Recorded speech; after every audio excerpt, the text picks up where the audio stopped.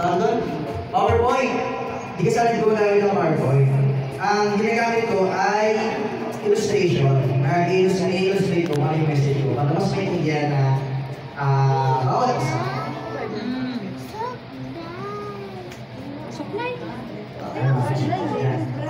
Ang title ng lesson, ang title ng message ko ngayong hapon na to is about how to choose wisely. Alam niyo ba yun? Alam niyo na yun. Hindi nyo alam, hindi kayo nakinig sa akin. Yan. Alam niyo na yun. Ngayon, how to choose wisely. Alam niyo ba, sabi sa John 4:6, sabi ng Panginoon doon, walang, sabi niya, I am the way, the truth, and the life. No one comes to the Father except through me. Wala daw ibang daan, bukod sa Kanya para makapunta siya, para makapunta tayo sa langit o sa Kanya Ama. Ano nga mga kapatid ang sabi? Hindi daw 5, hindi 2, hindi 4, kundi 100 lang. Sabi sa ng Diyos, 100 lang daw, at walang iba, ang daan na yun ay kundi si Jesus Christ.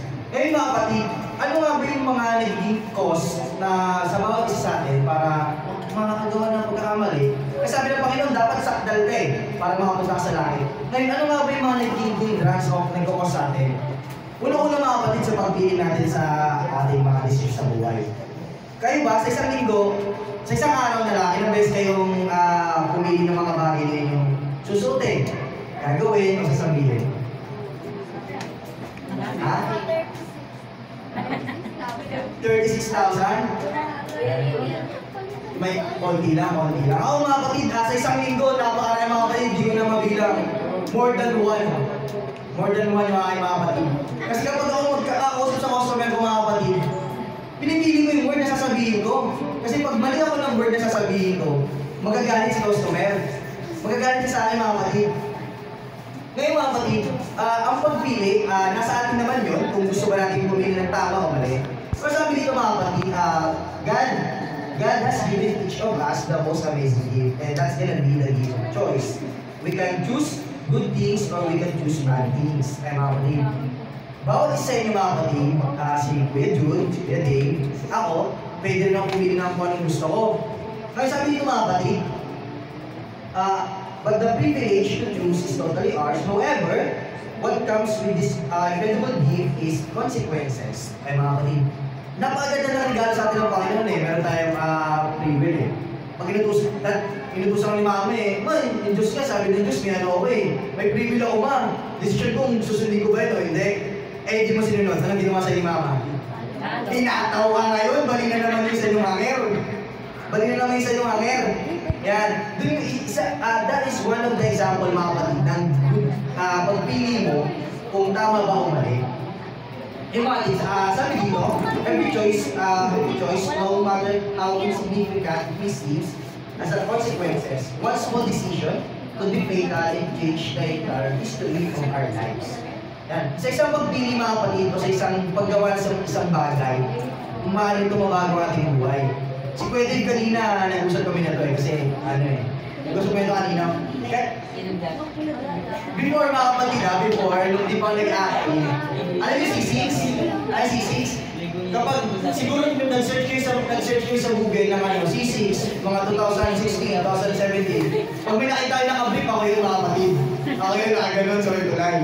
Naliligo ko dati dyan, naliligo ko dyan.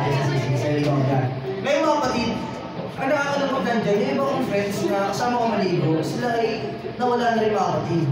Kasi nga, sa choice namin sa buhay, ng pagligo doon, kahit pinagwala kami ng magulang namin, may consequence. Yung consequence, maswerte ako, hindi nagpunta sa aking mga kapatid. Yung consequence, gusto niya, yung path na gusto sa kanya ng Panginoon, yun na yung susundin niya, hindi na yung sarili niya desisyon. Sapagkat mga kapatid, kung walang isang taong nabubuhay sa isla, wala na yung taong nabubuhay nang wala ang Diyos. Ngayon ko Jude, sige, try mo siyang haluin.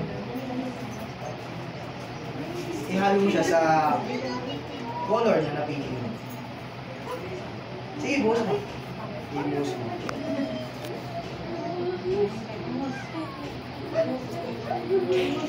Ayan. Ayun mga kapatid, si Kuya Jude, pinili niyang buhay, blue, hanggang pumili siya ng green. ay gusto ng Diyos ay yellow sa kanya. Ngayon, si Kuya Jude gusto niya magbalik muli sa Panginoon. Kaya, kung makita niyo, pag buhos niyo, naging, ano siya muna, di ba? Nawala yung green, naging blue at naging white ulit. Yan. Ang Panginoon mga kapatid, kahit ang kasalanan man ay gano'n man kapula yan, maputi niya ng Diyos na parang balahibo ng tuba o parang yebe. Doon din sa bawat isa natin mga kapatid. Ngayon, sige, pumili ka ng kulay na gusto mo, Kuya Jude, para sa'yo. Oo. Pumili ka ng kulay na gusto mo. Naku, blue talaga gusto niya, mga kapatid, wala tayong magagawa. Yan.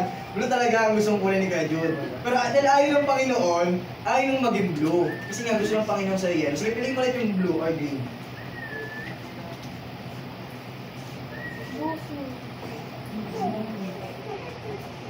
Ayaw pa rin. Ay mga kapatid. Thank you Kuya Jude. Sige, pwede ka lang mo. Ano mga kapatid, alam niyo mga kapatid, sabi niyo kapatid, sometimes you don't follow the recipe, and the recipe, doon sabi ko, recipe ng adobo mga kapatid, hindi natin minsan dahil ito pinapollow. Sabi dito mga kapatid, sabi dito, God forgiveness is our life or bad choices to make. If you go, sabi dito, if you go against the grains of the God's law, you will get splinters. Alam mo yung splinters? Alam niya Akira yan, syempre. Ano yun? Ayun kasi pagkakaintindi ko yung buhok ko. Yan. Sa Tagalog, ano yun? Subsob. Yan. Subsob ba? Subsob? Saludsod. Saludsod. Mali ako. Mali. Subsob sabi ko. Mali, saludsod. Ay mga kapatid, sabi dito, pag tayo daw nag-take again sa grain ng God's law mga kapatid, tayo daw magkaroon ng saludsod. Saludsod mga kapatid.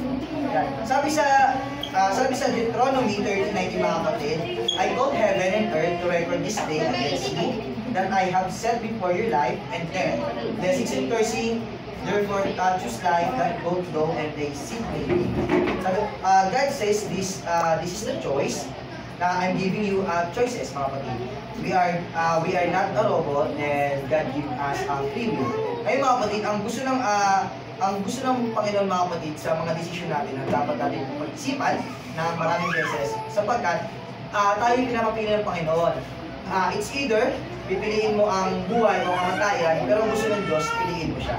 Yan. Yun lang ang aking message mga kapatid and happy Sabbath. Amen.